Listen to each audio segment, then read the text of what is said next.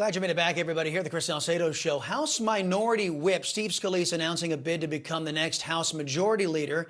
As the GOP appears they may get a narrow majority in the United States House of Representatives. He wrote a letter to his GOP colleagues saying, quote, "The American people deserve a House of Representatives that can move the agenda that was promised to them on the campaign trail." Wholeheartedly agree. For more on this, let's bring in Pennsylvania Congressman, member of the House Rules Committee, and former U.S. Navy JAG officer Guy Reschenthaler. Congressman, fantastic to see you as always.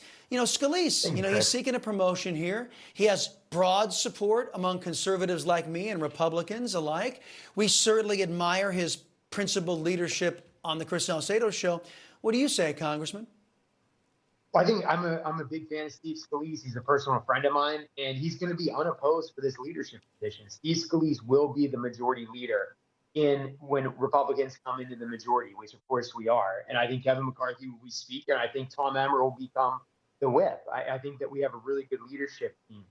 I think that too often we attack the leadership team because we just assume that they're like Boehner, they're like Paul Ryan or leaders of the past.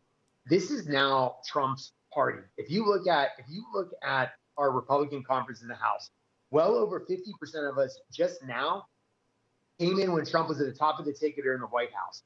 If you look at the Republicans that are coming in this class, they're much more MAGA agenda than Republicans in the past. So the dynamics, the makeup of this Republican conference is much different. We're going to have much more conservative leadership, and that's a good thing, than what we did in the past.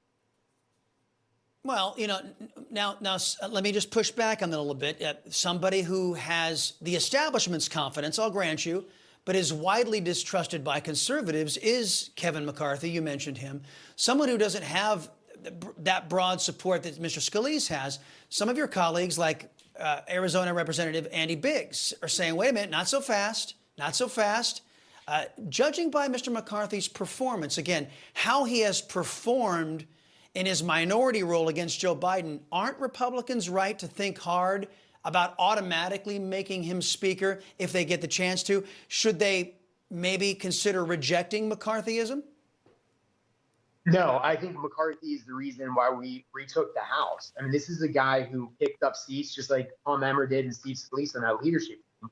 We picked up seats last cycle when we weren't supposed to. Remember that legacy media was saying we're going to lose 15 or 16 seats. We ended up picking up like 13 or 14 seats last election.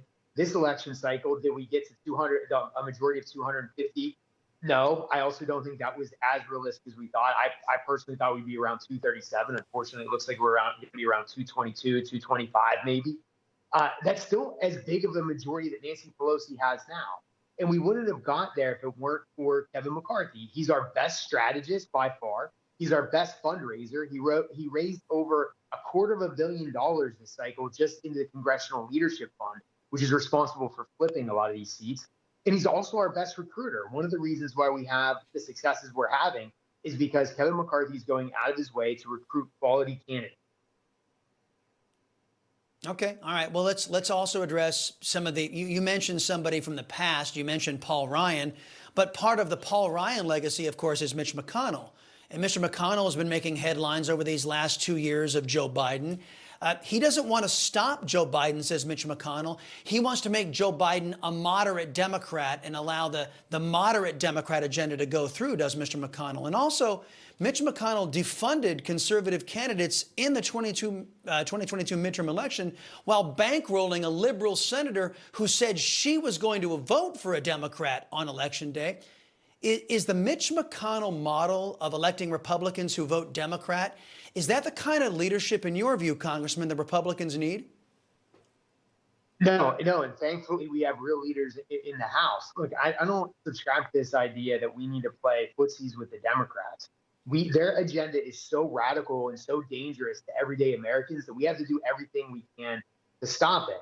But I can tell you that the Senate is going to be comprised of a lot different members, just like the House has changed. Remember, it takes us a lot faster to change because we're elected every 2 years. Only a third of the Senate is elected every 2 years, so it takes them a lot longer to change. But I digress. You've got people like J.D. Vance coming in, my good friend Ted Budd from North Carolina, my other good friend from Oklahoma, Markwayne Mullin. These guys aren't going to go and want to have concessions and cut deals. They're real conservative. So I think McConnell has a much different Republican caucus on his hands than he has in the past, and that's a good thing for the conservative movement. Amen to that. Hey, really quickly, I only got about 60 seconds. You're going to head on down to Georgia and support Herschel Walker, try to pull him over the finish line down there? We got to win that seat, and hopefully this time when we don't have a libertarian siphoning off votes, Herschel Walker will actually win. And to everybody listening at home, you might think it's cute to vote libertarian, and we certainly have libertarian streaks in the Republican Party. But what it does is it takes votes away from Republicans and makes it easier for Democrats to win. So I would submit to you, Chris, had we not had the libertarian in the Georgia race, we would have won that seat.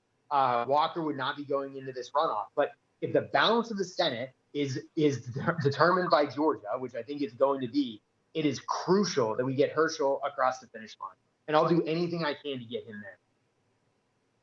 Yeah. And well, I got a little bit more time, I've just been told. So, I mean, wouldn't it be incumbent if Republicans want to win, right, to have, since it's all going to come down to these races for the balance of power in the Senate, I mean, there's going to be one focal point, and it's going to be the great state of Georgia.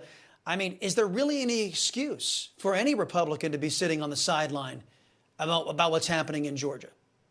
No, at the end of the day, because the Democrats have become so radical and because they're so galvanized, we have got to circle the wagons and shoot outward. This has really turned into a shirts versus skin game in this election cycle. And we got to realize what team we're playing for, and everybody has to be out pitching in to support Walker and get him across this finish line. And if I could just explain just how radical the Democrats are and how we cannot take them. They are not a serious party. The consequences they have to the country are serious. But this is a party that just literally elected a dead man in Pennsylvania to the General Assembly. He was dead a week or two before the election even took place. They elected a senator now who can barely string together two sentences. And in the last election cycle, they elected a geriatric man who hid in his basement and came out only to eat ice cream. We can't take these guys. They're not the adults in the room. But the consequences of us losing to them are real, because it's going to be higher gas prices, a weaker America abroad, a bad economy, higher inflation. The list goes on. So the stakes are high, Chris. Yeah, the folks over at MSNBC are floating Mr. Fetterman, who you mentioned, not the person who had passed away from blood cancer, who was elected even though he was deceased. Again, that's what passes for. That's why I think, Congressman, we got to get rid of this whole voting month issue.